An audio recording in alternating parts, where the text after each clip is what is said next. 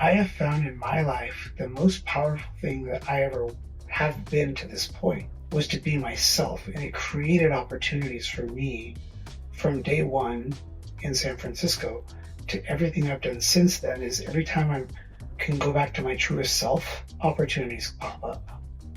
And people have always told me how lucky I am. And I don't know that luck is the reason that I get the things that have happened for me, but I think it has a lot to do with authenticity. For this episode, I sit down with my buddy, Jose Valenzuela. We discuss fishing, wine, his life journey, and his sage advice in the world of residential mortgages. Jose is not only a great human, but also a truly authentic spirit. I always learn something new in our conversations. Enjoy this conversation with my buddy, Jose Valenzuela. Mr. Jose Valenzuela. Thank you, buddy. It's nice to be back in the house. I've spent so many nights sober and not so sober. Some good memories for sure. Some good memories. Yeah. So tell us a little bit about what you do and give us a little thumbnail background sketch of start to finish, wherever you want to start, and we'll go from there. Yeah, as a mortgage professional, it's been an interesting ride. You know? I started out as a bank teller back in 1988. And I already knew. I'm going to take a step back. So there was a day on the ranch with my dad that I worked, and my dad worked on the ranch his whole life. Uh-huh. And he had to seat a fence. So we had to pound a barbed wire fence for a couple 100 yards. With fence posters? Fence posters with the stakes. Mm-hmm. And after about half an hour, my hands were blistered and bleeding. Yeah. Like, Dad, this isn't for me. This ain't the life for me. This ain't the life for me. So, had a good friend that I worked for who his mom was a manager of Santa Barbara Savings and Loan. She offered me a job as a bank teller. And I knew within 2 weeks, I'm like, this is for me. Yeah. I don't know what in this is for me, but this is for me. You found your footing. Yeah. So, had some great opportunities there. Yeah. And, long story short, I ended up kind of being no man's land in Goleta. Yeah. And decided that I needed to move to either San Francisco or San Diego. Yeah. Why those two cities? The financial industry was more prevalent in those areas. Why not like Los Angeles? I wanted to be outside of the area. I wanted to leave. Because you grew up in Ventura County or Santa Barbara County, right? Yeah. Okay. Yeah. So I wanted to leave. I wanted to go somewhere new and recreate myself. Oh, I thought to recreate myself. Yeah. Turns out it was just to grow and learn. I think that's the arc for a lot of us, man. Yeah. So the story behind that, moving to San Francisco, having a place to live for only 2 weeks, and having to find a place to live in that time frame. At that time, there was a housing shortage. Yeah. And there was 30 applicants for every apartment. Oh my gosh. How old were you when you decided to move to San Francisco? It's 23. Dang. 23. And I was a young 23. I wasn't mature by any means. I had a long way to go. Uh-huh. So to go there at 23 was really difficult, but I knew it was time. Eyes wide open, huh? Yeah. It was time to make a change. It was time to learn how to make a difference like my parents did. Yeah. So that's neat. So you get to San Francisco. How did you go about securing housing, being one out of every 30 to get a spot? Man, I went there with $700 in my pocket, and the rental agency that I applied with charged $450. So you have $250 left over. So I paid the $450, and I just got super lucky. I have to think that God and my parents praying for me constantly 20 times a day helped, because on the third apartment that I looked at, it was this Greek gentleman who was a sous chef at the San Franciscan Hotel. Yeah. I walk up to the door and I knock. It's in Glen Park. And he speaks very limited English. Very limited English. I don't even know how we actually communicated. Hand gestures. But yeah, pretty much. And he showed me the room, and he just looked at me, and he could feel like this kid needs a house. Yeah. And what limited conversation we had, he said, "You need home." I said, "Yes." And he said, I'd give you a home. Oh, how cool. So that alone was magical. Yeah. So I had a place right next to the BART station, which took me right downtown to my employment. Oh my gosh. Where were you working when you went up there? Oh, that's another interesting fact. So back in those days, there was no online presence. Yeah. I had to go buy the newspaper at the public library. Classifieds. I was getting the San Francisco Chronicle. Yeah. And I found a place called Bank Staff. So this agency, I called them on Monday, and they said, oh, you have bank teller experience. Okay. Well, I have about 20 jobs a day. Like, you just come here, you come see me, I will have you working the day you get here. Oh. And I'm like, are you sure? Sounds too good to be true, huh? It did, and it does. But I got to tell you, the day I got there, I got to her office. Yeah. Kathy Partak. Wow, that's amazing. For bank staff. And she met me. She's like, are you Jose Valenzuela? Uh-huh. I'm like, yes. She's like, great. I have paperwork for you and I have a job for you. The day I got there. I am not kidding. Like, I know that things were just aligned. The stars were aligned. Yeah. You got a house, within a day or two? Got a job on first day? I was lucky to have a friend that let me stay at her place for 2 weeks because she was moving to Colorado. Okay. So I had 2 weeks to find a place. Mm. So yes, I found that place to live. I had a job. I got to San Francisco at 1:30 in the morning. Typical Jose. Always on time, never.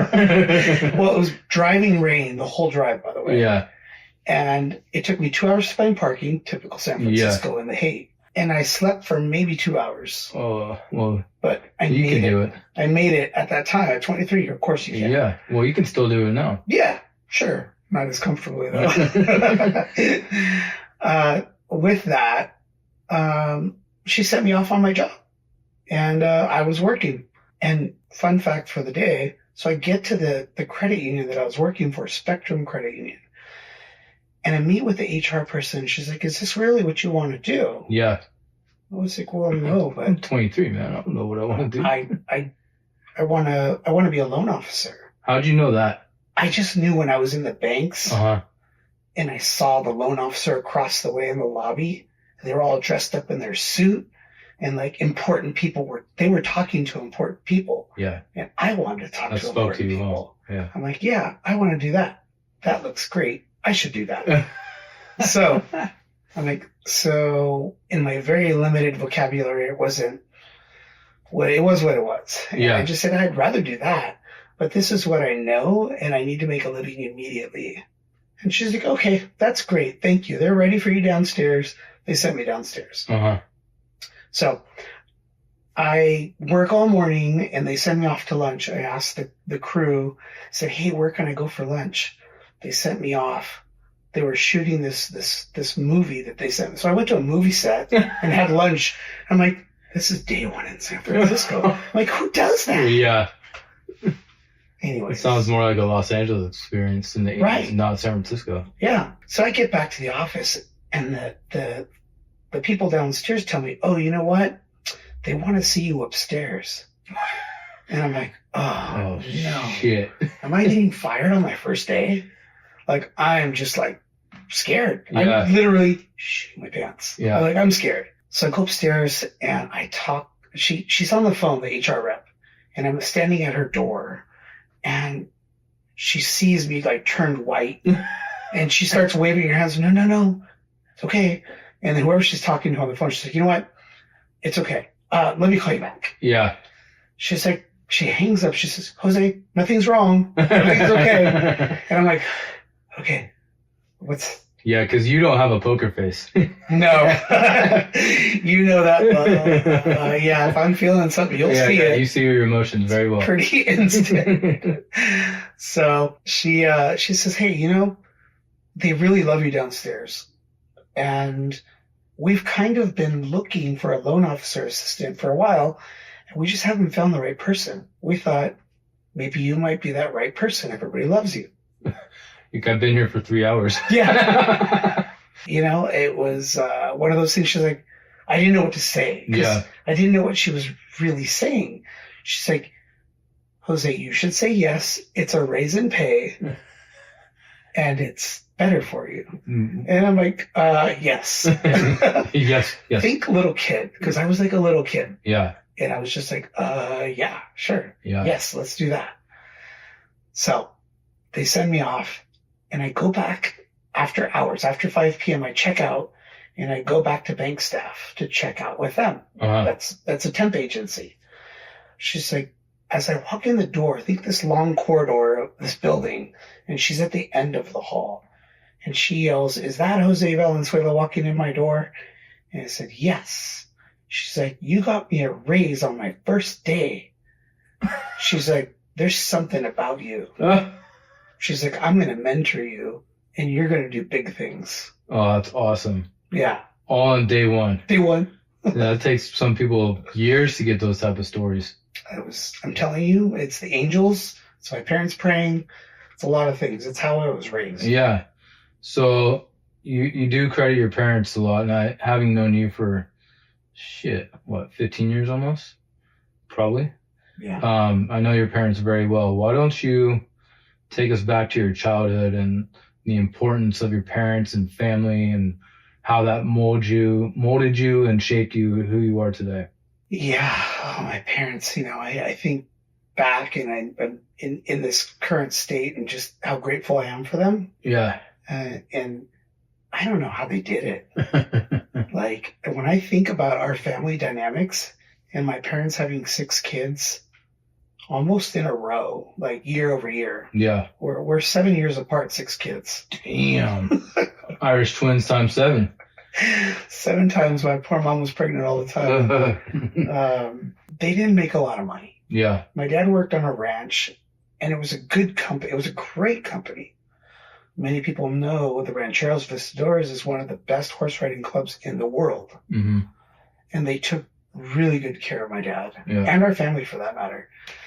So all those years on the ranch, they just wasn't earning a ton of money, but we had a lot of good things there. Yeah. We got to go camping 5 times a year on the most beautiful ranch.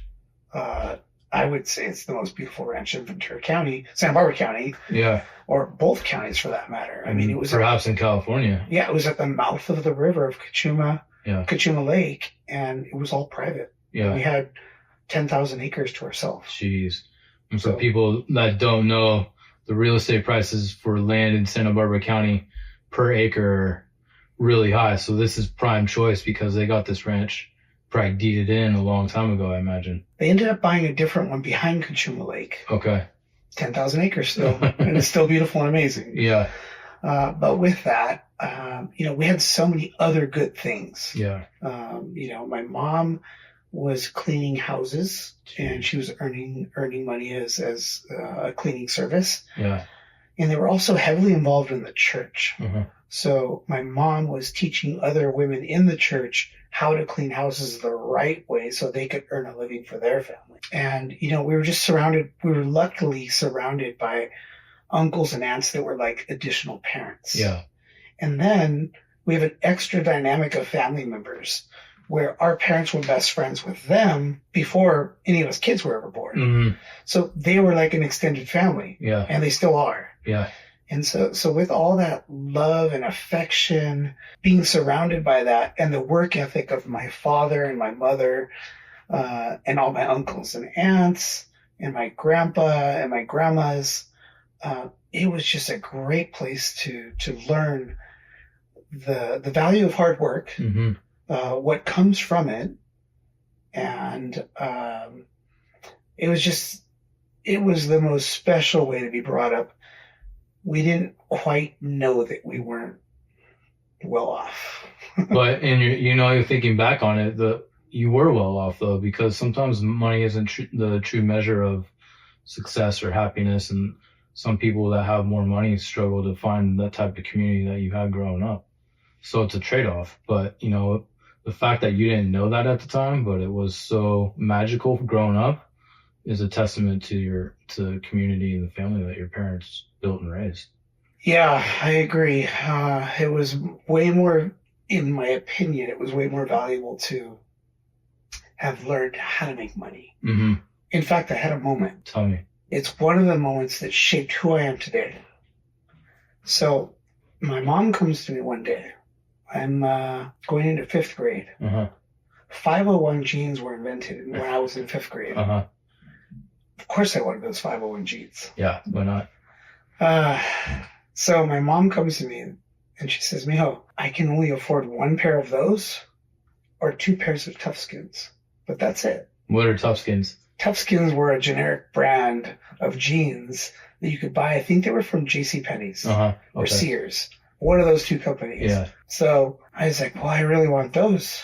And she's looking at me like kind of sad, but also like thinking. And she says, well, mijo, if you want more pairs of the 501s, maybe you can offer to mow some of the neighbors' lawns. Some incentive based.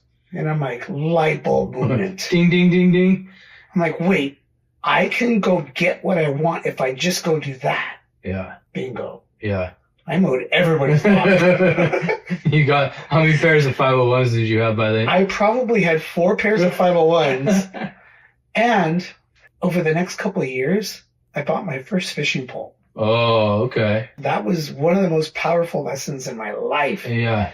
If you want something, you can work for it and you can have it. It's up to you. Yeah. You can have anything you want. Choice is yours if you can go find the opportunity and capitalize on it. Yeah. I still have the fishing reel. Really? It's in a box in the garage. That's awesome.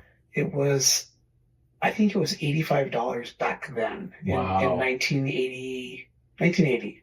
Okay. It was that expensive. Yeah. And the fishing rod was about $100 too. Wow.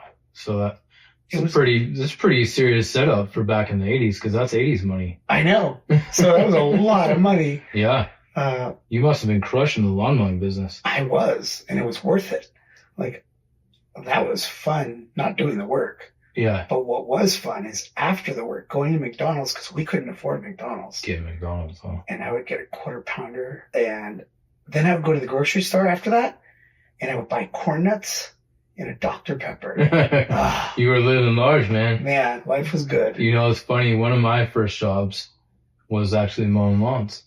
I didn't do that many lawns, but I did a couple of neighbors, and that was kind of, I didn't get an allowance, so that was my allowance, going and mowing lawns and having money to go to McDonald's on Friday with my grade school friends so I could actually eat, because my parents would be like, no, one, we're not going to give you this shit food, but 2, if you want it, you can earn it, so similar stories, and I agree with you. It's a very good lesson. What else did your parents kind of teach you growing up, or how did the role of family affect how you live your life currently? There's a deep level of respect and love. And although we may not always agree on how we see things, you still have to focus on love and appreciation for each other. Yeah. And that can be difficult at times. Having met your family, I've seen some of the quarrels and drama that comes associated with the Valenzuela clan. But at the end of the day, it's all love. And that's a really cool thing to say. I have this outline. I do this for every interview I've done so far. And I have these observations. And one of them is family focused and the other is tireless worker. So those are 2 themes you've already hit that I've noticed about you, and we all noticed about you. And you credit your parents to that. But one of the other questions was, I always ask this out of people, of qualities. Do you think it's innate or do you think it's learned? And we were kind of talking about this before. Was it through your osmosis if you're from living with your family? How do you answer that question? It's a really great question. And one of the answers comes from this person again, from bank staff, Kathy Partak. She says there's something about you and the way that you were raised that just comes out of you authentically. Yeah, you're a very genuine person. And I think because I was raised in such a beautiful, loving environment, I don't know how I never saw my parents fighting, but I didn't, which is hard to believe. Yeah. Because most people I knew, their parents fought all the time. And it's not a bad thing necessarily. It's just that I don't ever remember seeing my parents fighting. I don't know. So I think I learned a lot of the love from that and my aunts and uncles and my extended family and the friends that I had. Man, I had some really great friends, which I'm still friends with many of them today. Yeah. So although I think it's through osmosis, I kind of was raised a certain way where that comes out naturally. Mm-hmm. But it's also the learning lessons once I got to San Francisco and started having to be a real grown-up and say, oh, these are big boy decisions. 23, you got to make some choices that you don't have a safety net unless you want to go back home to Goleta, right? And I was not going back. Burn the boats. I'm going to make this thing happen no matter what. Yeah. And it was against my dad's advice. My dad gave me an ultimatum one night, and I said, all right, I'm out. Yeah. And I am so grateful that he did. Maybe he did that on purpose, light a fire under your ass. You either shit or get off the pot, you know? I'm not sure if that's why he did it, but I love that he did it because I would never be who I am today had he not challenged me the way he challenged me. Yeah, and you said it a lot more eloquently than me, so thank you. So you're in San Francisco. You get promoted to assistant to a loan officer. What's next in the chronology of Jose's San Francisco adventure? Man, it happened quick. So I have a focused meeting with this bank staff person, Kathy. Yeah. And she says, all right, we're going to put you on a path. So there's this seminar, this seminar, this seminar. So it was like Tony Robbins, Donald Trump, and a bunch of other people. And it was one of those super seminars with 8 incredible speakers. Uh-huh. So she starts sending me to these things, and she's like, we're going to set goals, and we're going to show you how to achieve them. I'm like, okay, let's do it. So she's like, what's one goal we could just start with right now? I said, I want to be a loan officer in 12 months. Damn, that was pretty precise. Had you been thinking about that, or did it just come off the top of your head? Well, I think with her energy and helping me focus, I was like, okay, well then in 1 year from now, I want to be a loan officer. Yeah. She's like, okay, let's start with that. So we go on, and she sends me to I think 5 different seminars over the next 6 months, maybe 7 months. Gives me some stuff to read, books to read, and different things.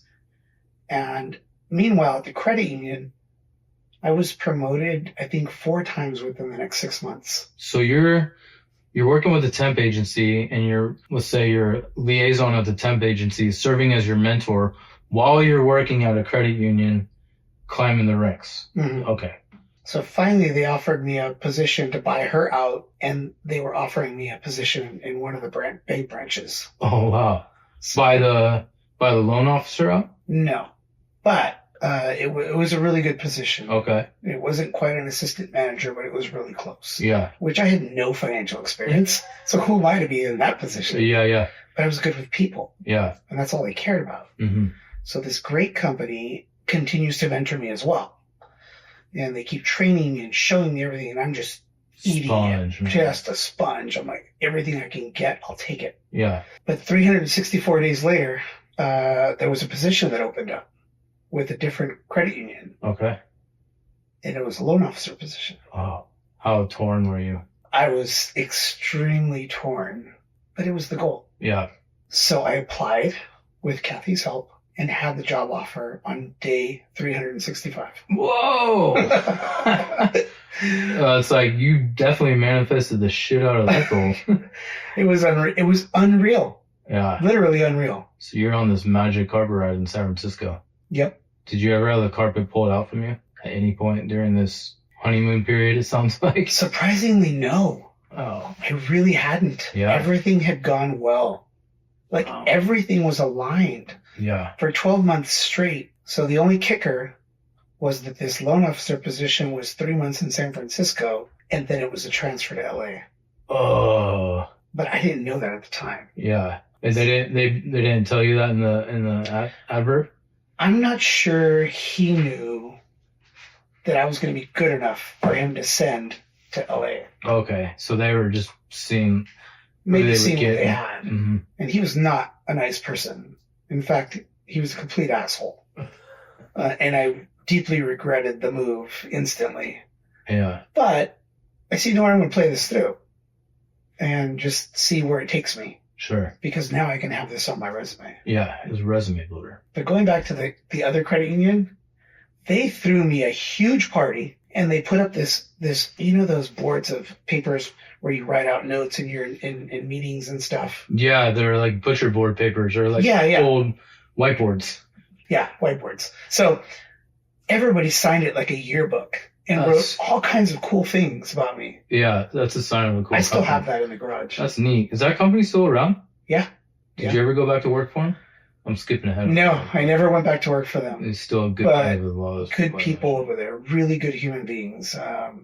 In fact, I knew a really good person, John Trujillo. I'll never forget him because he was a big part of my growth, and he passed away of AIDS, and that was a really difficult loss. Wow. But incredible human being. It's phenomenal that you can, without hesitation, you know the names of these people that were positive and affected you. And the person who was in LA or at the credit union, you didn't even bother to name his name. Maybe it was intentional, or maybe you just don't care. But it's interesting to see when you do these, the positive impacts people have. Their memory is so dialed in on that impact, and they can recall with specificity and just name every detail. It's really neat to watch this. So I'm watching this unfold in real time, and I'm just sitting over here mesmerized. All right. So besides me being dumbfounded over here, did you go to LA? I did. I went to that credit union in LA, moved into my first solo apartment in Glendale. Oh my gosh. Right next to the fire station on Chevy Chase Drive. And bought my first car, Toyota Tacoma stick. I didn't know how to drive a stick when I bought the car. Nice. I had somebody else drive it home for me because then I had to figure out how to drive it. Yeah. But yeah, it was really cool. I mean, I worked at a credit union where I was implementing rules and regulations. Like, who am I to be implementing rules and regulations for a new company? They acquired this credit union in LA, Sparklets Credit Union, Sparklets Water. Okay. And back then, that area was not good. It was very dangerous. You did not want to be caught in that neighborhood. In fact, we had drive-bys while I was working there. Oh, geez. Yeah. Did you guys ever get held up? Because I know in the early 90s, there was a slew of bank robberies in Los Angeles. Maybe it was the 70s. I don't know. But it was the 80s. 80s? Yeah. Bank robbery capital of the world. Luckily, it was in the back of Sparklets Water plant. So nobody knew it was there. Yeah. So, no. Luckily, no. So what's next? You're at Sparklets. Where do you go after that? So I'm there for a year, and I can't stand the guy that's employing me. Yeah. He's just so demeaning and belittling. Yeah. That my mentor, Kathy Partak, she says, well, what do you want to do about it? I said, I want to go back to San Francisco. That's where I belong. Yeah. She's like, okay, I can have jobs lined up for you. And for me, there was no doubt in my mind that she would. Yeah, she'd come through. Yeah. So I decided to move back to San Francisco. So I just moved. I quit the job. Well, first I was offered a job in LA from Fireman's Credit Union. I had the interview of my life. Crushed it. I read a book of how to make $1,000 a second in an interview. Yeah. So I read the book. I went on the interview, and I had a great interview. And they said, Jose, well, we can only offer you $27,000 a year, which back then was still pretty good. Yeah. And I said, I remember what the book said. It said, repeat the offer and stay quiet. So I repeated the offer, and I went silent. And the goal was for them to speak first. Yeah, because people hate silence. Yep. So they're like, well, I mean, we're going to have these benefits, and we're going to have this, and we're going to have this for you. And I repeated that, and then I was quiet again. They're like, what the fuck? And I'm like, okay, well, maybe we can do 28,000. Maybe we can go there with you. Yeah. So I repeated the offer, and I got quiet again.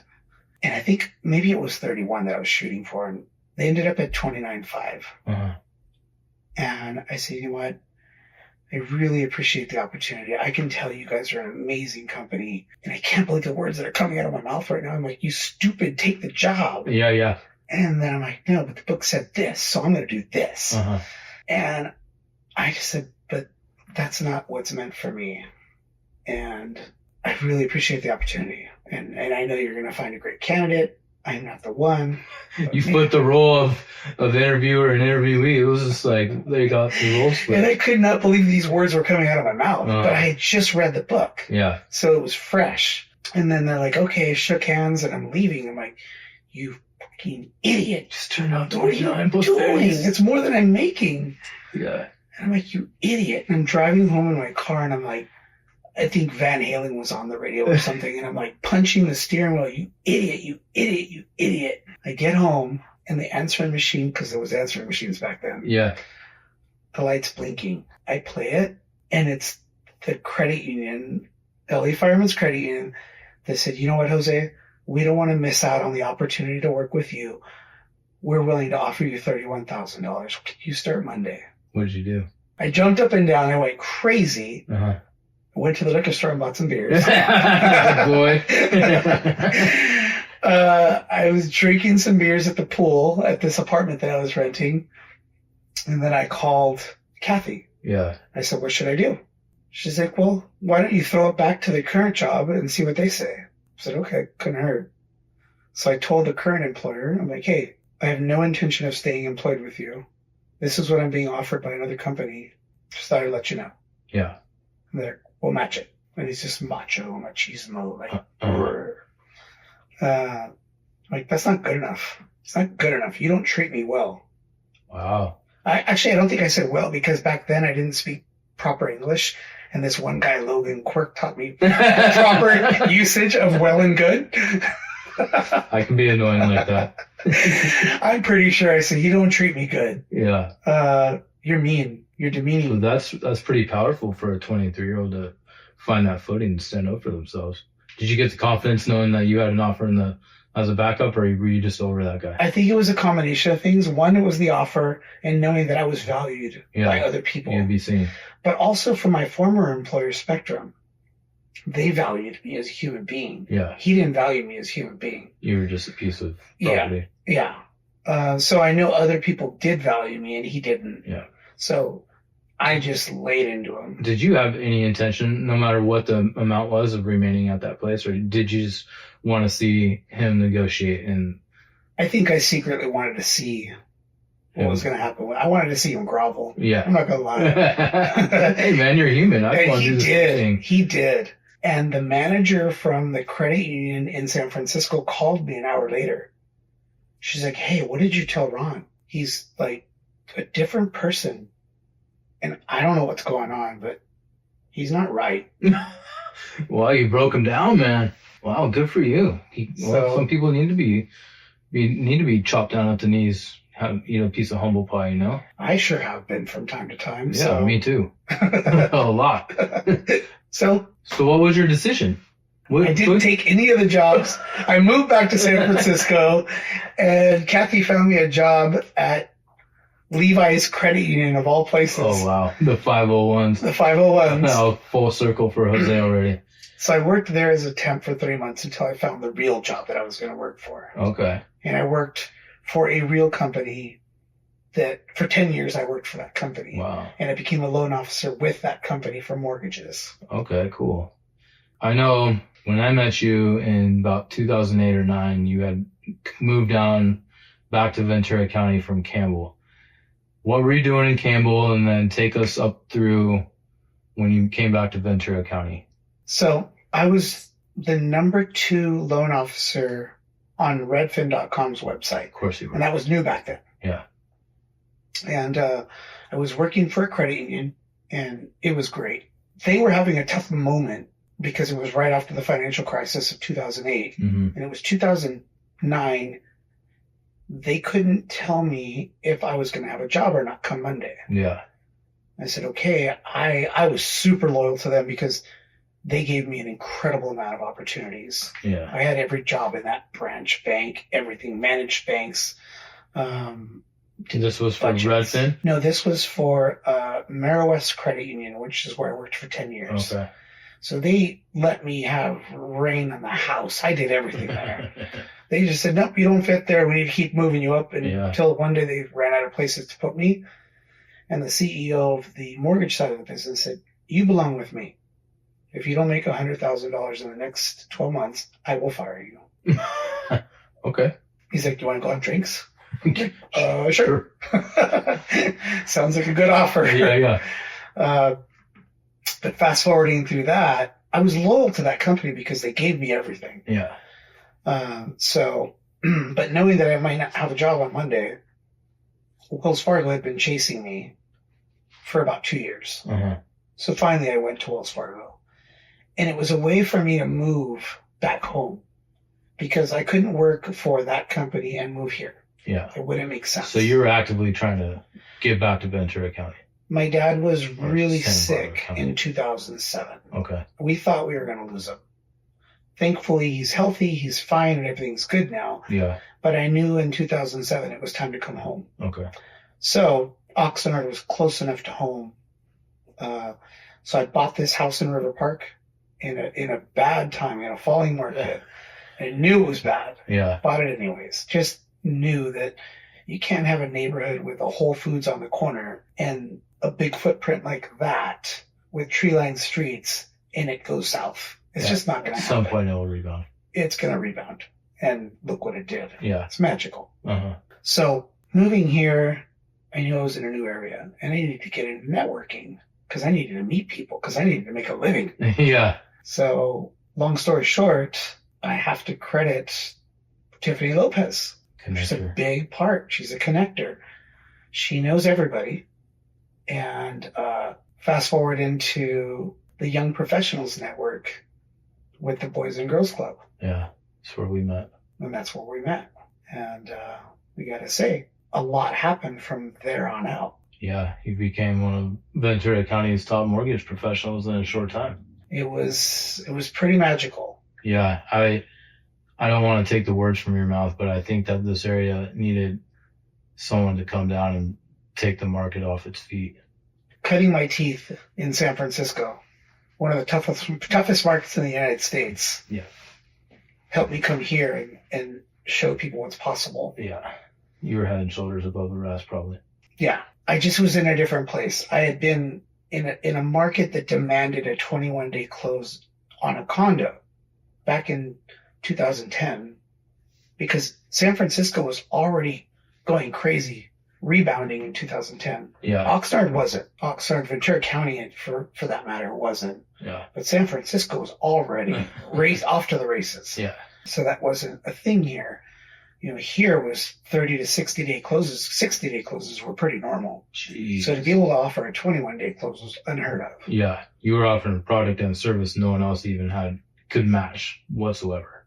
It was one of those things where you didn't think it was possible. Yeah. Until somebody did it. Yeah. Like, you know, the fastest mile somebody's ever run has changed so many times. But for the longest time, nobody broke it because they just didn't think it was possible. Yeah. Turns out it was possible. Psychological 4-minute barrier, right? Yeah. That's crazy.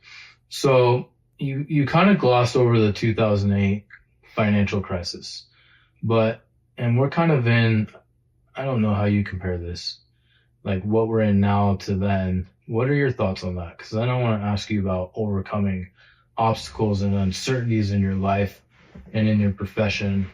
And part of my podcast was to reconnect with friends, but also take away some bits and pieces that we can apply to every facet of our life. So with all that in mind, tell me a little bit about the financial crisis as it relates to 2008 and what you see now and how you've been able to overcome those and move forward.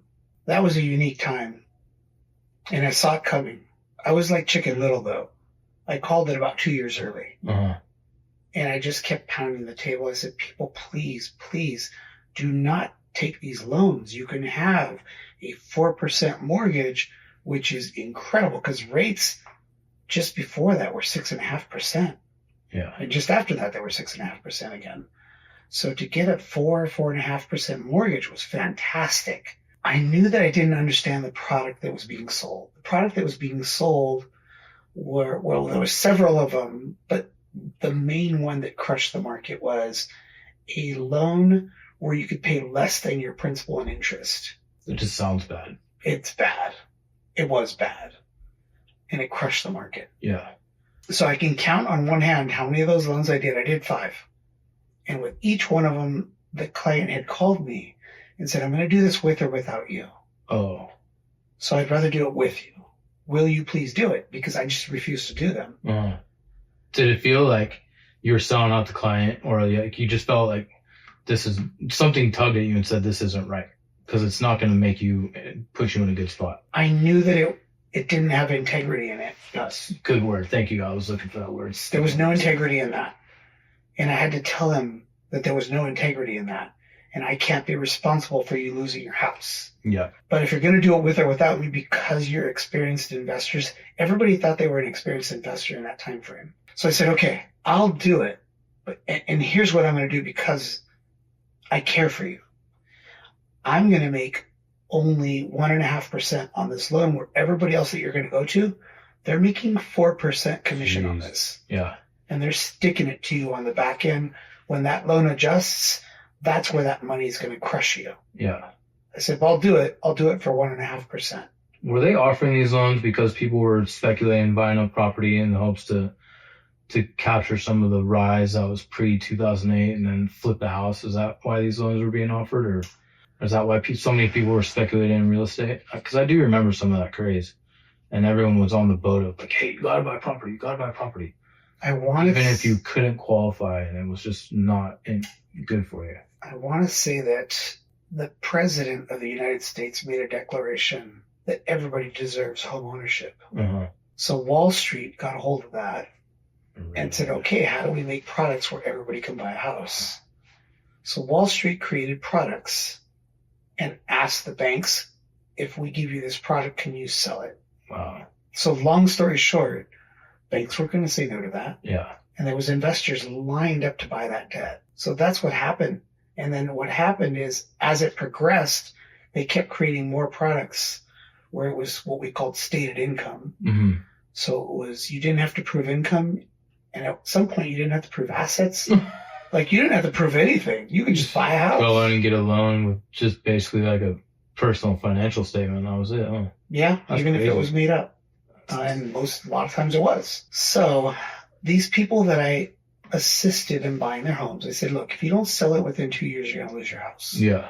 You're going to have an adjustment at the 2-year mark. And then by only making 1.5%, you get an extra year or two where you can survive that loan, but you've got to sell that house within 4 years. Well, none of them did. They all lost their house. But what was magical about that is that I was telling this to realtors too. Realtors and clients everywhere, I was telling them. And it really made me look like the bad guy. Yeah. And I didn't make several $100,000. People were making $500,000. I wasn't making that kind of money, but I could sleep at night. Yeah. And I was doing a paper business. People with perfect credit, full documentation that could prove their income and assets. I chose that route instead of going the other route. I just couldn't sleep at night if I took the other road. And I imagine when 2008 happened, there's still people that want to buy houses. They're going to go with the people that they know do things on the up and up, and that's why you were able to still do business, or is that incorrect? So the 5 people that lost their house, they all called me, and we had heart-to-hearts. Yeah. Tough conversations. And they were so grateful that I was the only one that told them they were going to lose their house. Yeah. And they referred me to a ton of people. Wow. And a couple of them had several great friendships with other realtors. Yeah. So I was the bad guy for a long time in the business, in the fact that I wasn't going to do those loans and I was going to talk your client out of it. Yeah. So you were like the untouchable. Like, don't go to Jose because he ain't going to get us business. Yeah. Then it turned out, we're going to send you to Jose because he's going to tell you the truth whether you like it or not. And I built an empire out of that. Yeah. That if you may not like what I have to say, but I'm going to tell you the truth. We're going to have integrity and we're going to do this right. Yeah. Because I remember I was in Las Vegas in the early 2000s and there was people doing loans and I didn't know it at the time, but looking back on it, I'm like, I don't know how some of these people got loans or how some of these mortgage brokers had to use your word, integrity to actually push these loans through, knowing that this person would not be able to make payments. The house would get foreclosed on, but it's all greed. That's all it was to my eyes. And I'm sure a lot of that called the pandemic, but the 2008 crisis was just greed. Yeah, people were using their houses as piggy banks. That's insane. They would do one cash out refinance after another to buy more things because the values kept going up. Yeah, and at some point, it's like a Ponzi scheme. The house of cards is going to fall at some point. Absolutely. And, speaking of house of cards, we were earlier this year, you were talking about, or no, earlier before the election, you were talking about how the economy was a house of cards. How has that conversation unfolded to where we are today? Did it unfold the way you thought it would, you saw, or what's the current status of where we're at today? So it's still unfolding, but what's also happened is there's been adjustments to the types of reports, like the employment data we collect, the inflation data that we collect. They've kind of moved the goalpost on how we're judging it now and how we're counting. They're manipulating the data to make it look better? I can't say that with certainty, but it certainly changes how we look at the data. Yeah. So it's not a fair way to look at it. I would never put it past the government to manipulate data to make it look better for them. I say that with all sarcasm. I think that leading economists, what I've heard and what I believe is that the metrics have changed, and Wall Street, all that Wall Street money and bets care about is that things keep moving, and they count on the resiliency of the U.S. consumer. But we're in the largest level of debt as the U.S. consumer has ever been. Scary, man, huh? Highest level of delinquency in a long time, I think 23 years. So is it resilient, or are we just better at giving credit out and going into defaults? Just kicking the can down the road. Kicking the can down the road. People are buying groceries right now and paying on Afterpay. Do you know what Afterpay is? It's not like where you go buy something and it's like a firm pay on 4 payments. Yeah. So Costco just started doing that. I saw an article. Yes. People are going to get in deep shit at Costco because you rack up a big old bill. So they're doing that with groceries now. And yet Wall Street thinks, oh, the U.S. consumer's fine. They're resilient. They're doing just fine. They're not doing just fine. California, fuel prices are high as they've ever been. They're not going to go down, even though they are across the country. And insurance costs, my house went in a year and a half, went from $1,700 a year to $4,000 a year. And you're on the low end of the problem in California. A lot of people got my car non-renewed. Yeah, you're right. Dropped. Yeah. I know that painfully too well, for people in my area of career. I mean, it's sad. It's just insurance companies have pulled out, and wholesale, we're not even going to write policies anymore. So someone who's making the area median income, which just got increased, the area median income 100% is $130,000. Somebody making $130,000, I don't know how you're going to pay a mortgage payment, number one, your insurance for the house, your insurance for your car, gas for the car. Well, if you have a Tesla or any electric EV, you're still going to pay for it in the power somewhat. Yeah. Just because you have an electric car doesn't mean you're not paying to power the thing. You still got to pay for the electricity to actually charge the battery. With all those expenses and the cost of food not really coming down, I mean, even at Costco, eggs are still almost $8 for a couple dozen. Yeah. I don't know how you do it. And it's not just California. And people would say, oh, you guys are in California. That's only a California problem.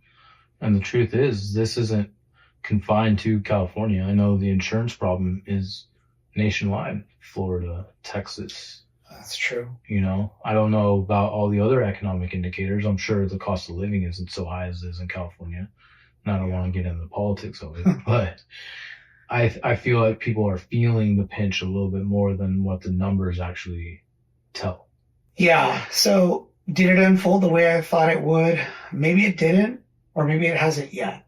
What do they say? You never know you're in a recession until you're 2 or 3 months into one, right? And that's what 6 to 8 months. You just never know until you're actually in it. And I'm not sure that we're in it. I'm really not sure. I think it's yet to be seen. Yeah. I think we have to wait and see what these tariffs bring us and where it takes us, and how resilient is the consumer, and does it equate to job losses, massive job losses? How hard has it been because usually with financial data or economic data, you can use it to forecast into the future. And watching a lot of different outlets, and it's hard to ascertain which is true, which is not, but there's so much uncertainty that they're just pulling back and they're saying, we don't know. We can't predict what's going to happen because there's too much uncertainty for whatever reason, fill in the blank. Has that been your experience where it's too hard to predict what's going to happen in the next 3-4 months, whereas in 2008 or in your career, you were able to at least have some estimate as to how everything would unfold? I'm watching these CEOs on CNBC just out of curiosity at this point to see what they'll say about the tariffs and what's to come. I think a common thread that I've heard is that they'll pass on whatever they can to the consumer. They'll eat what they can. But what they're really focusing on is what they can control. Which is nothing at this point. Which is nothing at this point, you're right. But what it could be is the number of employees, or how do they streamline or make efficiencies in the business? Because they're going to have to control something. Yeah. It's kind of like those manufacturers that stocked up on stuff before the tariffs, and now it kind of interrupted the supply chains a little bit because they just, oh my gosh, tariffs might come, so we're going to fill the warehouses up as much as we can. Also skewed all the financial data. Yeah. Because now GDP was better and other things were. So GDP was backward revised up a massive number, and it was almost unexplainable. But people buying a ton of stuff prior to the tariffs taking effect made sense. So in real time data, GDP, gross domestic product, probably not good, probably negative in reality. So the traditional economic indicators right now are tough to rely upon because things weren't done as traditionally they had been done for the last X amount of years. Yeah, these are like pandemic numbers in reverse. And now with China and US on a 90-day pause, now you're going to throw our financial numbers for the next 6 months are going to be out of whack. So it's just kicking the can down the road. Like, hopefully something gets done in 90 days and they'll just keep punting it deal with it until it becomes a problem, right? In fact, that was the headline for one of my text messages that I sent out to a lot of my top realtors. US and China kick the can down the road for another 90 days. And, I don't know. I think there's probably political reasons we do that, but for the average person who can't afford all these fluctuations and they're just like, oh, my portfolio lost 10 million today. And that's not the average person. For these average people that don't have that built-in cushion, it really fucking sucks. It's so painful. And I look at that and I think of how irresponsible of our administration to rip the stock market in half like that, because people that are on fixed incomes are fearful. And they probably sold at the worst possible time, didn't wait for the market to rebound, and took huge losses. And I feel bad for those people. Meanwhile, the politicians sold at the right time. Or they just never sold at all and they knew better. Yeah, well, both ways. There's this website I heard of where you can track how politicians and everyone trades. And they track their portfolio against the average. And it's like, it's total insider trading. Anyway, it is. It's such insider trading.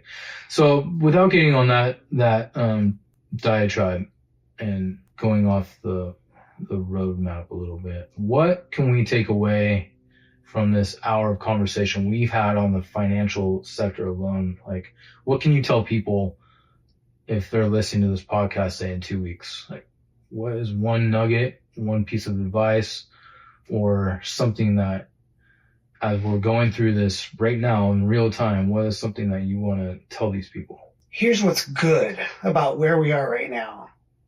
Since 2010, when all these new loan regulations were created, we've had the best and most stringent underwriting policies ever.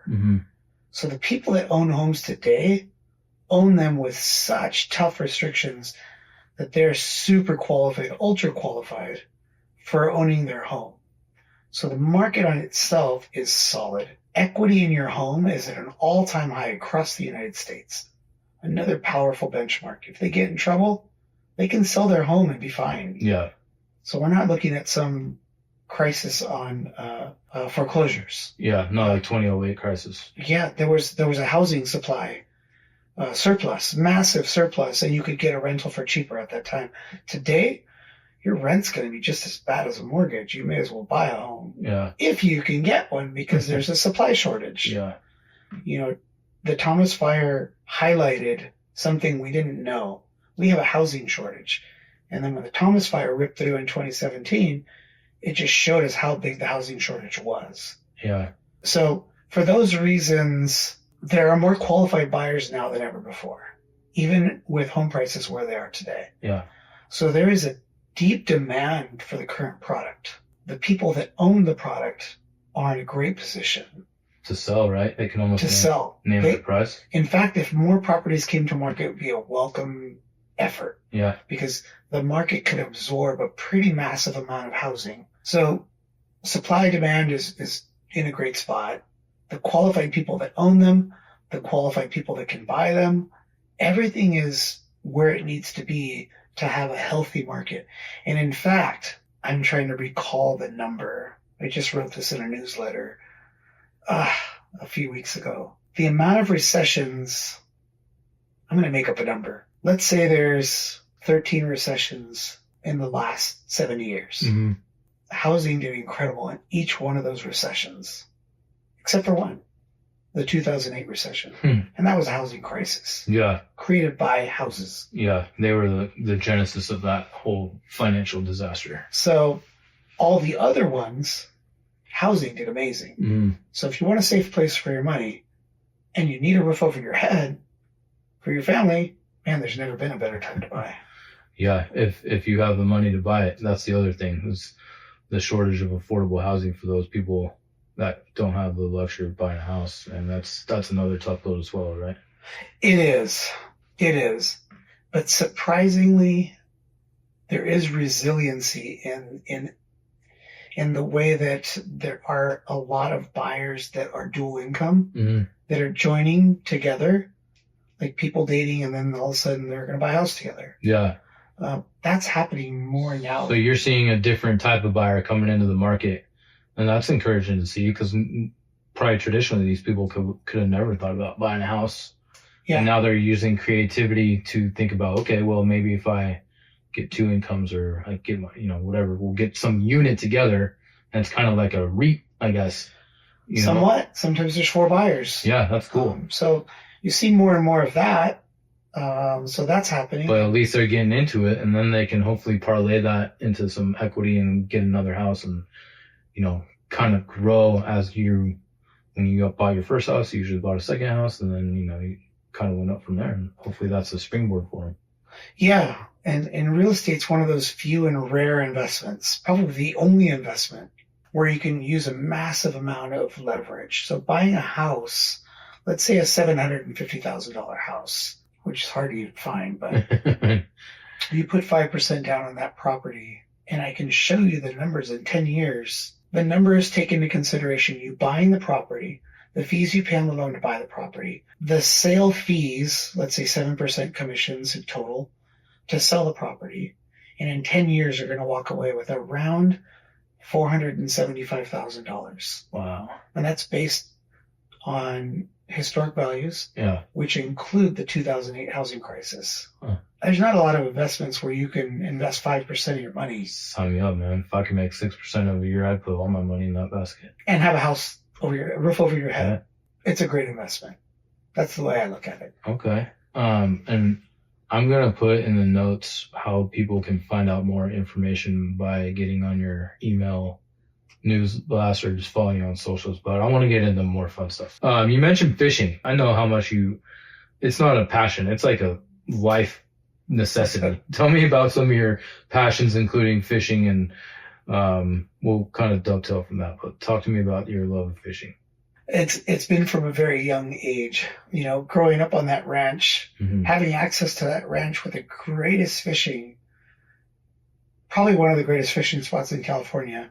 Mm-hmm. And hardly anybody ever fishing it because it was all private. Yeah. So having trout fishing, bass fishing, and I caught I caught several bass. I became hooked on bass fishing. Yeah, started with trout. They're fun. And then it was like, whoa, it's a whole different level.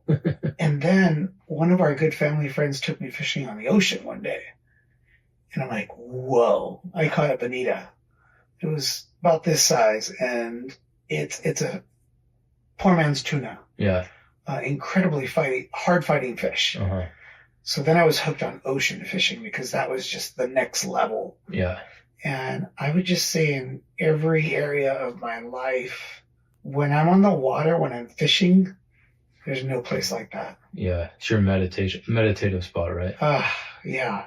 Even on a bad day of fishing. Even when we broke down in the middle of the ocean off the coast of Carpinteria on my birthday at 5 o'clock, we had to get towed in.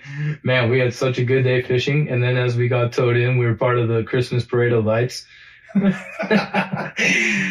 Oh, yeah. You know what's interesting about that? All I remember when you brought it up earlier, all I remembered about it, what a great day of fishing we had that day. I forgot we broke down. We had an excellent day of fishing, man. That was fun. Where is your absolute favorite area to fish? Oh, man. Our Channel Islands here are one of the most beautiful places you'll ever find. Yeah. In fact, for our generation of people that are familiar with Jacques Cousteau. Uh-huh. Fun fact, one of Jacques Cousteau's favorite places in the world were to dive here in the Channel Islands. Really? Yeah. Did not know that. Out of all the places, yeah, this was one of his favorite. Yeah. But with that, I think I have the most fun and adventure fishing different parts of Mexico. Okay. And in fact, I know, yeah, if I need to really get on a trip, I usually go once a year. I go down to Mexico somewhere. When you go down there, what are you chasing? Usually yellowtail. Yeah, that's is that the trophy fish Jose is fishing for when he wants to get an adventure? Usually, yes. I would say 9 times out of 10, it's yellowtail because they're meaner and tougher than any other fish in the ocean. Yeah. Those Amberjack and giant Trevallies, they're all cousins, those 3 fish. And they're just meaner than anything. So they're harder to catch than anything. Uh-huh. Tuna are tough, don't get me wrong. And they're finicky. They're like trout. But a yellowtail will cut you off on the rocks. It'll cut you off on your own propeller on your boat. They figure things out. A smart fish. They figure it out. They survive. Yeah. Fight or flight strong enough. Yeah. Okay. What's the best eating fish? Ooh. I'm pushing you on the spot now. Man. Okay. So one day I went on a trip. It was a 2-day fishing trip. And I caught yellowfin tuna, bluefin tuna, dorado, and yellowtail. Jeez. Sounds like sushi perfection. So we set them up on a platter. Not the dorado. You have to cook the dorado. So the dorado wasn't included in the sushi. Uh-huh. But between the 3, the yellowtail was everybody's favorite. Huh. The bluefin tuna is almost like a dry-aged steak. Yeah. And then the yellowfin tuna is like a prime steak. So there's just levels of depth to each one. Yeah, and whatever you're kind of desiring at that point, I imagine. But you know what's also great? Halibut is amazing. Sashimi. Yeah.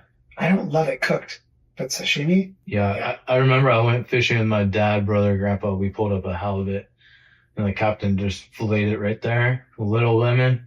Ooh, man, it was really good. So I guess I didn't give you a very good answer. No, probably yellowtail. It's kind of like it depends. As my career, one of our favorite words, it just depends. Depends on the eater, depends on the circumstances, and probably depends on whether or not you brought the fish up or not, Yeah, that has a big difference. Absolutely. Yeah. Okay. I would say that the thrill, one of my most favorite things is to go out, hunt the fish, catch the fish, clean the fish, bring it home, prepare it, and serve it to my family and friends. Yeah. That's it right there. That's all in a good day's work. That's special. So speaking of dining with friends and family, you're also kind of a amateur sommelier. And I know you love your wine, like a lot. Not that you drink a lot of it, but you know your wine a lot, I should say. What is so special about the wine region in Santa Barbara County, Los Robles? What's the appeal to the wines here? So some of the greatest wines in the world most people would argue come from France. Mm-hmm. Italy and Spain too, of course. So the lateral lines on the globe of the world, Saint Ynez runs on the exact same parallel as the Rhone Valley of France, Mm-hmm. and which was always been known to be one of the greatest wine regions. So we have a magical zone here between Ventura County, Santa Barbara County, through San Luis Obispo and through Paso Robles. We're in that same lateral line across the globe, and we have the same magic here. Mm-hmm. We have the coastal orientation, the same, like everything's the same. It all lines up, huh? Yeah, so we are so lucky to have that here. And the incredible winemakers who now, which I just learned last weekend, several families are moving from France here to buy land so that they can grow and make wines without rules. Huh. So there's a lot of rules in France. Yeah. A Bordeaux blend has to be X, Y, Z, X, and Y. Like, it has to be that combination of grapes. Takes away the creativity and the art of making wine, I imagine. So they're coming here to Paso and now mixing in like a Rhone varietal with a Bordeaux varietal, which is sin in France. But they're coming here to have creativity. Yeah. And we get to be the beneficiary They're of their bucking the creations. system. Yeah. So how does it compare to like Napa, Sonoma area? What's the difference, and kind of the same extension of the parallels, or is there? It is the same extension. It really is. Napa was just kind of the original wine valley, and it still is incredible. It's probably still the most incredible. It's just the affordability of it. Yeah. That the everyday person can't drink a bottle of Napa Cab every day. Just the affordability isn't there. You're looking at prices of the fruit there are triple to quadruple what Paso is. Wow.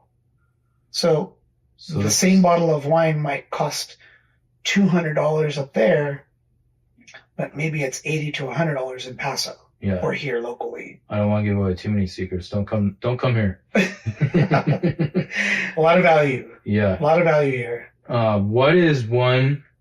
I'm not going to ask for your favorite wineries because I don't want to spoil that for you. But what is one or two wines from this region that you regularly rely upon as like a consistent good wine that you can buy? There's a few really good local wineries from Saint Ynez. Mm-hmm. They're approachable. That are under $40 a bottle.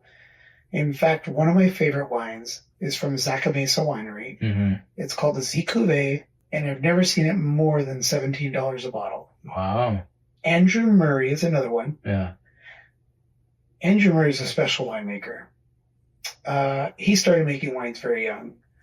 He has a palate that his family trusted when he was only, I think, 14 years old. Wow. They trusted him to figure out how to make this wine with their grapes, with their fruit. But with his grapes, he wanted to create a wine where every family could enjoy wine every night of the week. And he called it his Tour le Jour, wine of the day. Yeah. And it's usually $14 to $17 a bottle, wherever you find it. Whole Foods is the best place to find it. Yeah. Or one drink at a bar. It would be hard to find at a bar. No, I'm saying like if you go drink at a bar, you're paying what, $10 to $15? Yeah. So think about it that way. So Andrew Murray, Tour le Jour, and Zaca Mesa, Z Cuvée. Thank you. I know where I'm going. We're going to go over to Whole Foods after this. You talked about the role of mentors, your parents, Kathy. Who are some other mentors that you can identify or reiterate you mentioned earlier that have really helped shape your life? I have several uncles and aunts that we've had great conversations and stories and learning moments with. But in my friendships, I have a lot of them too. So there's three guys I know. Logan Quirk, Peter Duffy, A.B. Lacosta. Three guys have made a huge impact in my life who've helped shape who I am as a next level adult. Well, I think, thank you for that. And I know the feeling is mutual, definitely for me and on behalf of all of them. and you say we make the adult decisions. I've been wanting to tell this joke. Everyone's sitting here talking about the 80s, and we always refer you to the curious case of Benjamin Button, Jose Valenzuela. So I had to drop that line in there, but, thank you for that compliment. And I know Jose and Avi will share that compliment as well. So thank you for that. It's really cool. We've definitely learned a lot more from you than what we were able to impart on you. And most of the time you're probably just taking care of us because we're being drunk and foolish anyway. So what other, aside from mentors, what else? You mentioned you went to some talks by Tony Robbins and some guy that I don't want to name. You obviously can tell how I feel about him. What are some podcasts, some resources, some books, some authors that you regularly rely upon or you go back to? Because I know that I can probably look around this office and find a few of them. So tell us about some good books or authors or some podcasts that you regularly listen to for advice, inspiration, whatever it may be. So I still listen to a lot of Tony Robbins because I connect with his content, the way he delivers it. Mm-hmm. I just connect with it. So I listen to it a lot. In fact, I listen to it on YouTube on my morning walks. Yeah. So I listen to a lot of that content. I would say the book that changed my life was Jack Canfield's Success Principles. I still re-listen to that. Yeah. And I've given it, in fact, at one point I bought 70 books on CD and gave them out to clients that I thought would find it helpful and interesting. Yeah. I have taught on it even. My sister works for Jack Canfield, which has nothing to do with any of this. No promotion. But she showed me where to go. Yeah. To find content to be able to share it with people. And I think my first podcast with Peter, he talked about how you and Peter went to one of his retreats, it was like a week event, and you guys took it so seriously that he came back and was offered to teach on it. Yeah, it was a very powerful event. It was called Breakthrough to Success. Mm-hmm. And in fact, I think he's doing his last Breakthrough to Success event. He's not going to teach it anymore. He's going to hang it up? Yeah, he didn't need money. He hasn't needed money for a long time. Yeah. But he was doing it because he was transforming lives. I don't think a lot of these people do it for the money anymore. Yeah. They do it for keeps them young, keeps them involved, but most importantly, they're doing it for the right reason, trying to help people transform their lives and be more responsible adults. So I don't know how many principles there are. There's probably 50 of them or so, but I will listen to just one. And it might be a 45-minute lesson. Mm-hmm. But just listening to that one, or listening to any of them, it's ultra powerful. I still go back to it. It's downloaded on my phone. Yeah. And I listen to different chapters still. It's awesome. There's so much great content. We're so lucky now to have so much content at our fingertips. Or at our fingertips. The Huberman Show is an interesting podcast. Funny fact, I ran into that guy at the Jet Suite X airport in Burbank. And I was trying to play it cool, and I was like, I know who this dude is. I was like, hey, I like your show. And he's like, thanks, man. And then I walked back all cool, and I was texting my cousin who's a naturopath doctor, like, guess who I met? I met Andrew Huberman. And I was like, yeah, I was cool, and I was totally not. So that's a great one. And sometimes I've stopped walking because I had to really listen to what was happening in that moment. Yeah. That's how good that one is. Yeah. And some of the people you listen to, it's like you have to be so actively in tune. You can't be doing other things. You can't be working. You can't be working out. You can't be walking. You just have to sit there and digest it. And then you have to rewind it and digest it again. And Huberman is one of those podcasts I find I can't listen to as background. It's pretty technical, but the information you receive is very valuable. He had a life or death show. What if you could perform if your life depended on it? Wow. If you were going to die in 2 weeks, how would you act? And how do you harness that energy and do it anyways without having the threat of death? Oh, wow. And you just reminded me of that. So now I want to go back and listen. Now I want to listen to it. I haven't listened to his podcast for a while. The other thing, his podcasts are long. It was really long. Yeah, I love them, but sometimes I need the little 30-minute bites. So thank you for that. I'll go back and listen to, what is it? Life? I don't remember podcast was called. I'm sure we can Google it and figure it Yeah. out. Huberman Life or Death or something. Yeah. Okay.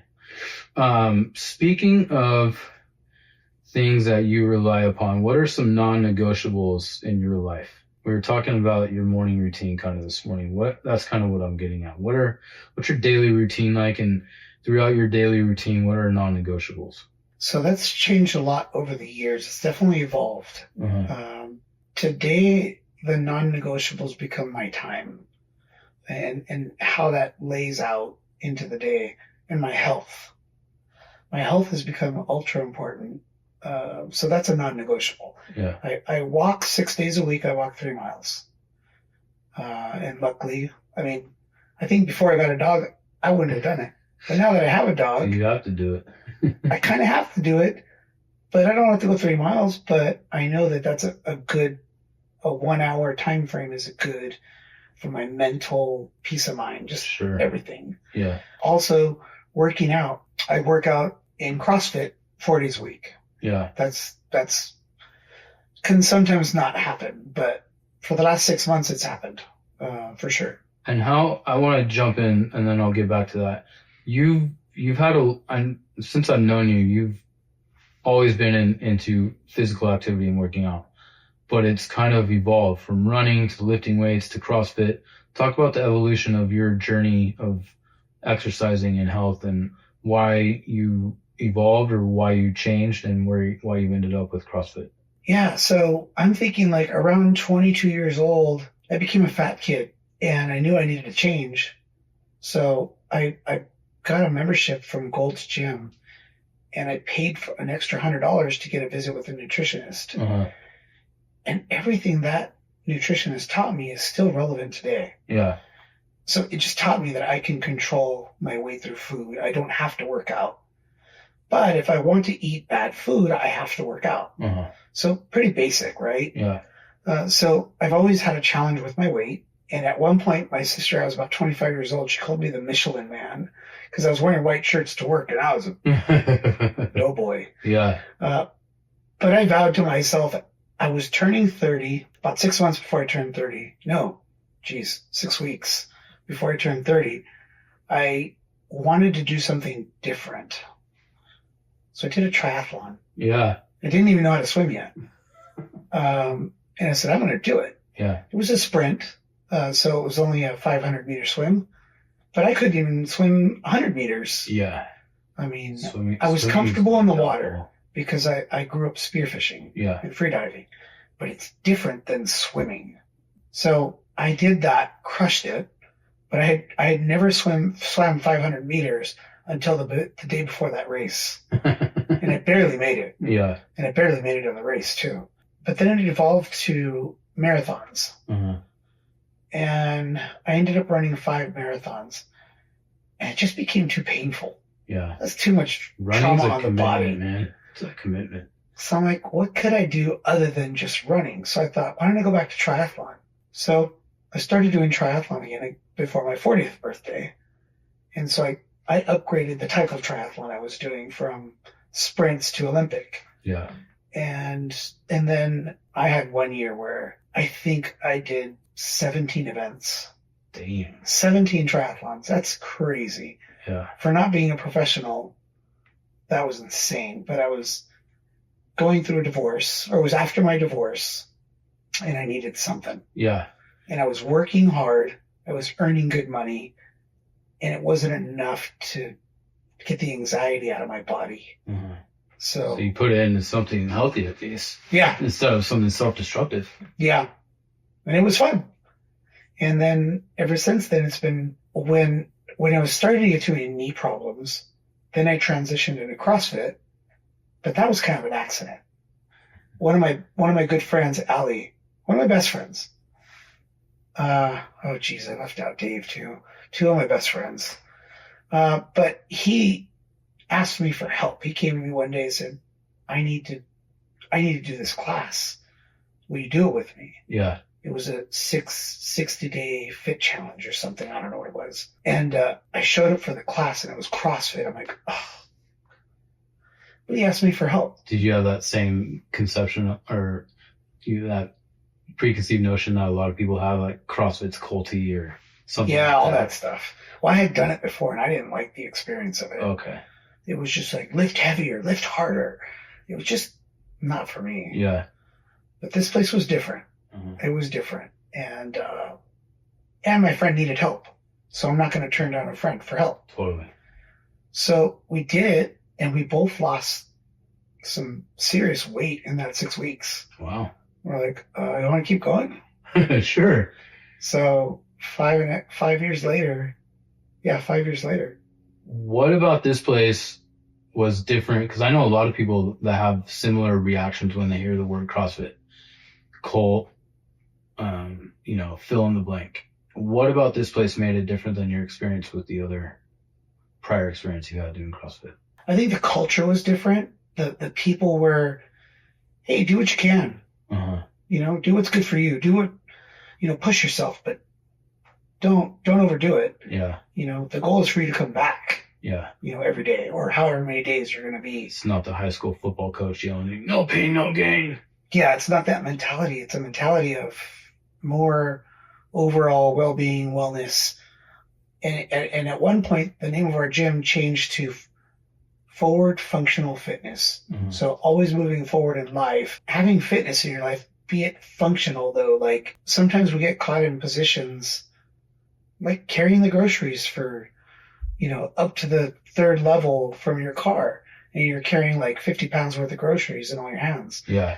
So I had a moment. We're in Mexico. I was with you, Abiel, Peter, and we were on that boat. And we jumped into the ocean with the whales. And when I got out of the boat, I was able to climb the ladder from the water just like this and pull myself up onto the boat. At that point, I was 52 years old. I've never been able to do that in my life. That's crazy. But that's what CrossFit does for me. Yeah. Well, I'm happy you found that, because it does take a while to find. We did lose a microphone, but we have this one. It takes a while to find something that's comfortable, and once you find something that's comfortable, then you stick with it or you evolve with it, and then you can kind of shed those notions that you have in your head. And what you've shown a lot in this podcast is your ability to go ahead and throw caution to the wind and kind of just dive in, and you're going to deal with it the way it should be. And you've been able to throw caution to the wind. I love that about you. And that goes back to one of these observations I had, was that you're adventurous, man. And I think that shows up a lot.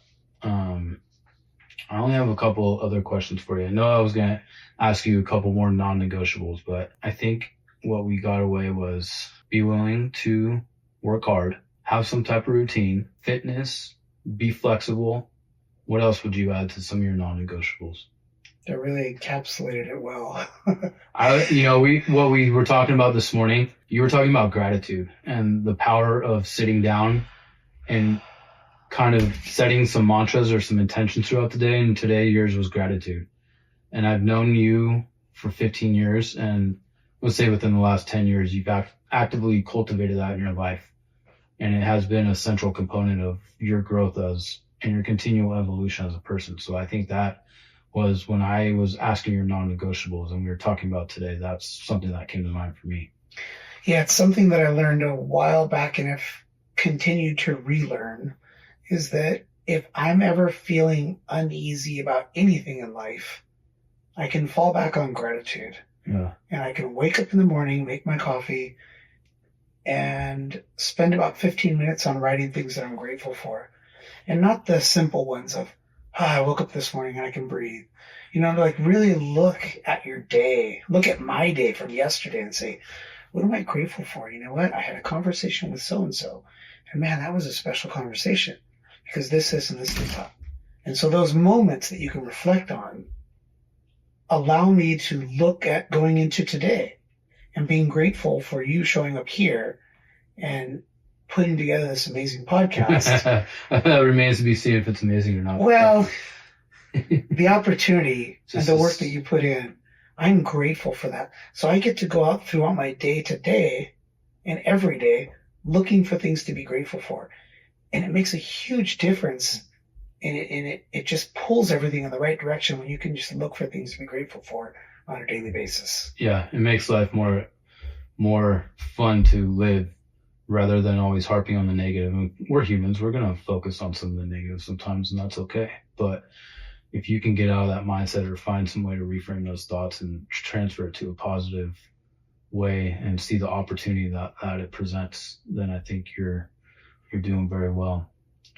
If you could disseminate one message to anyone via billboard, online, social media, what would that message be? This may sound canned. That's okay. But it's so real for me. Is be your most authentic self as often as you can. Because nobody is more youer than you, and we know where that quote comes from. It's a Dr. Seuss quote. But it's so true. Yeah.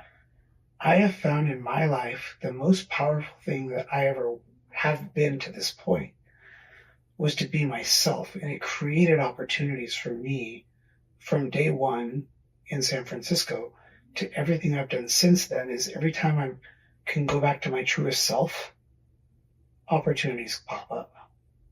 And people have always told me how lucky I am. And I don't know that luck is the reason that I get the things that have happened for me, but I think it has a lot to do with authenticity.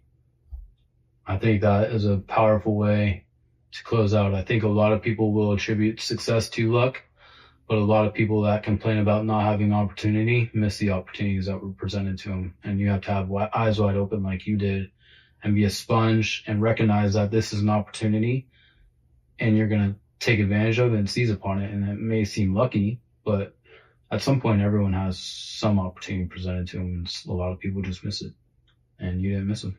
So you might be lucky or you might be advantageous, but buddy, I'm grateful for you. Thank you so much for joining me. Oh, as I step on the microphone, give me a hug, man. Oh. Thank you for tuning into this episode of Quirky Podcast. I hope you enjoyed diving into another inspiring journey and found some nuggets of wisdom to take with you. If you love this episode, don't forget to hit that subscribe button so you never miss a conversation. You can find all our episodes on your favorite podcast platforms and on YouTube. Until next time, stay curious, be inspired, and keep carving your own unique path. Catch you on the next episode of Quirky Podcast.